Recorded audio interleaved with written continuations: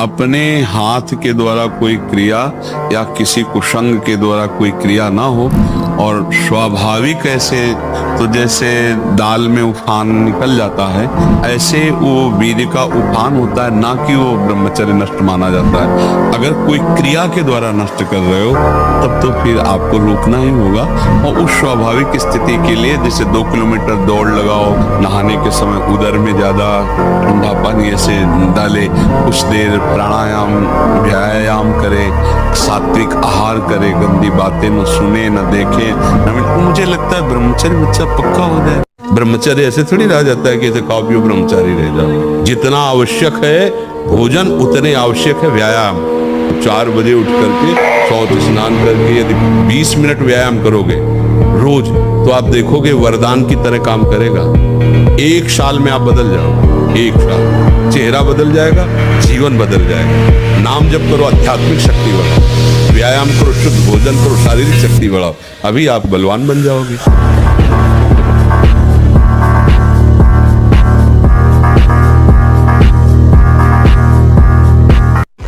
जो ब्रह्मचर्य रहता है उसे शरीर बल, मनोबल, बुद्धि बल, वचन बल ये सब जागृत हो जाता है। वचन बल जो बोला वही लागू हो गया, जबरदस्ती आपको मानना पड़ेगा। और मनोबल जो संकल्प किया अंदर वही बाहर क्रिया प्रारंभ हो गई, वही दिखाई देने लगा। देह बल, रात दिन मेहनत करो फिर भी थकान नहीं।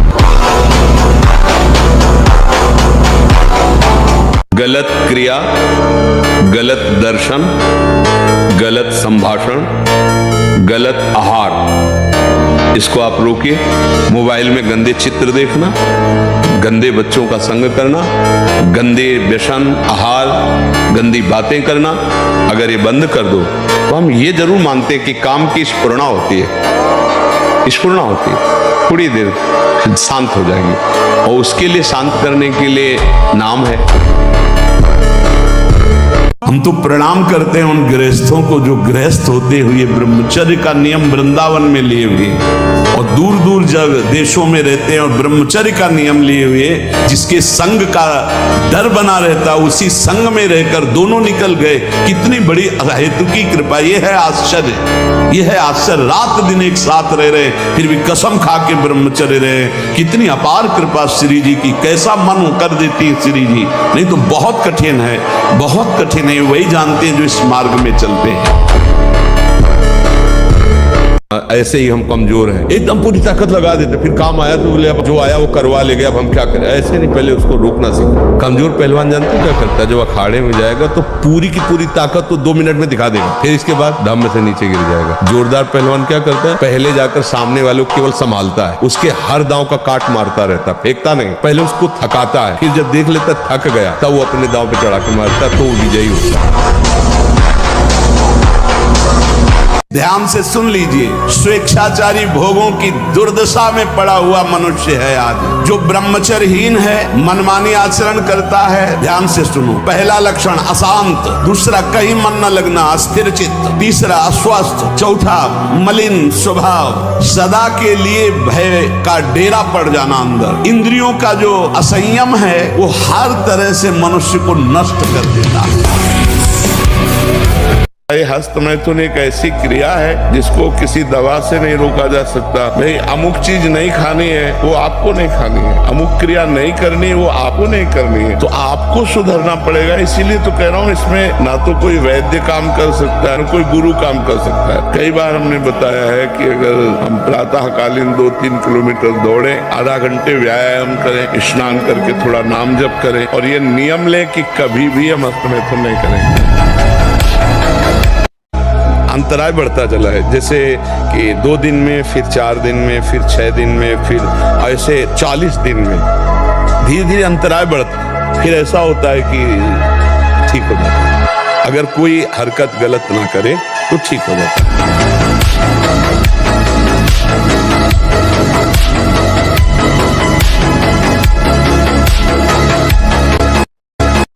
बात तो यह कि तुम गलत हो, हटाओ दिमाग से। आज हम आपको कह रहे हैं, हम आपका हाथ पकड़ रहे हैं, आप निश्चिंत रहो। आप पहली बात जो छोड़ो कि आप गलत हैं, ठीक है। कि आप कभी गलत हो ही नहीं सकते, आप भगवान के अंश हैं।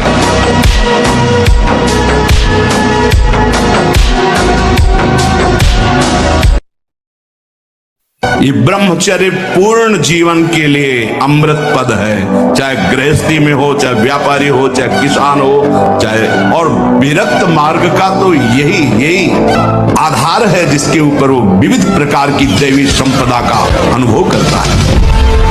श्रवणेंद्रिय मन के साथ तब तक शब्द नहीं सुन सकती जब तक हम नहीं चाहेंगे। ऐसे हर इंद्रिय तब तक भोग नहीं भोग सकती जब तक हम नहीं चाहेंगे। नियम पर बहुत ध्यान दीजिए। अगर नियम है 1:45 बजे उठने का, स्नान का, तो 1:45 बजे ही उठना चाहिए, 2 नहीं बजना चाहिए। ये ब्रह्मचर्य पूर्ण जीवन के लिए अमृत पद है, चाहे गृहस्थी में हो, चाहे व्यापारी हो, चाहे किसान हो, चाहे और विरक्त मार्ग का तो यही मुख्य ऐसा आधार है जिसके ऊपर वो विविध प्रकार की दैवी संपदा का अनुभव करता है।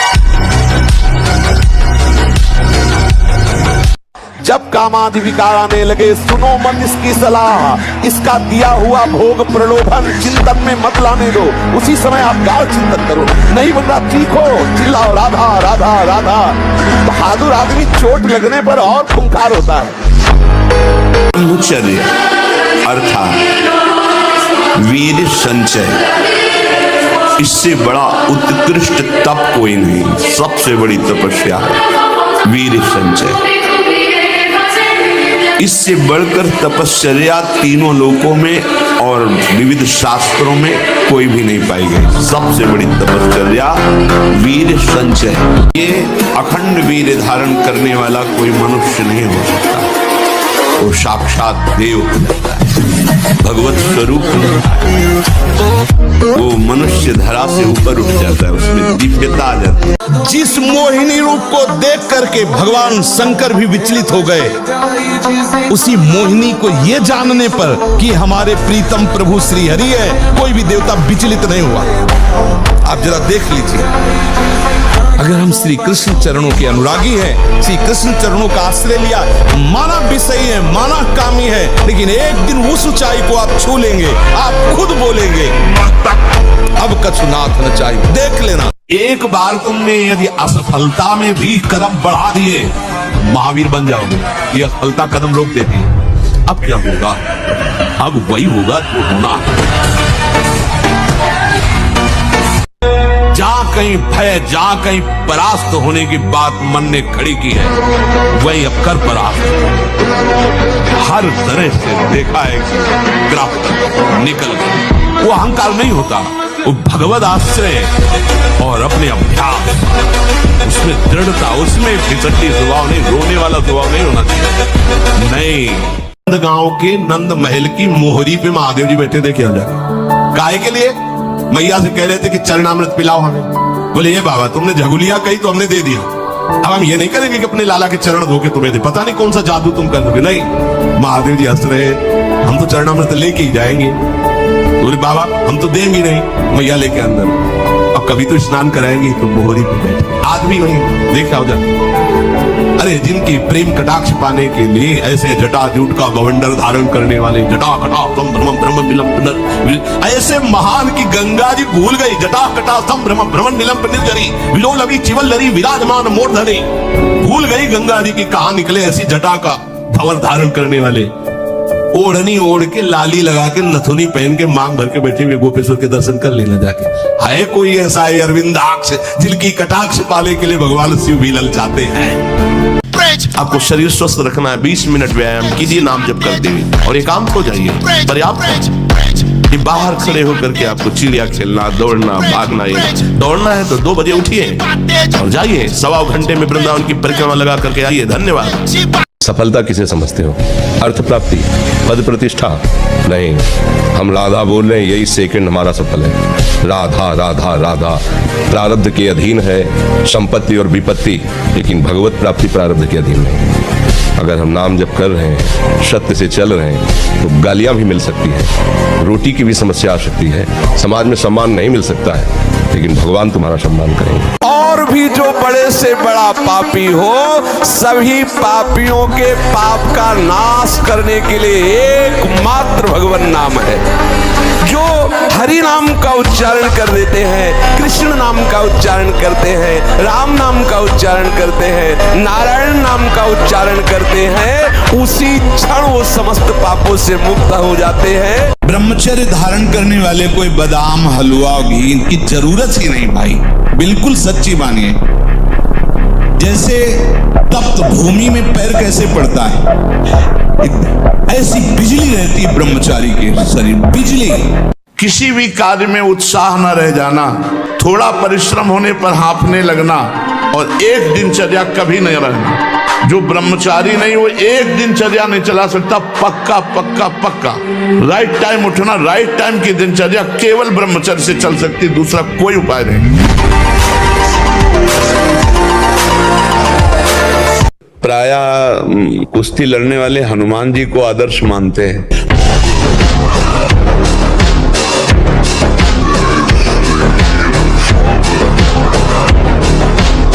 ब्रह्मचर्य जो होता है एकदम उफान मारता है, जैसे सांप को छेड़ दो फुसकार करे, ऐसे होता है ब्रह्मचारी। जरा सा उनके अपमान की वृत्ति कर दी ना परशुराम जी के पिता, काट के फेंक दिया। 21 बार क्षत्रियों को विश्व के क्षत्रियों को, उनका ब्रह्मचर्य ही तो था।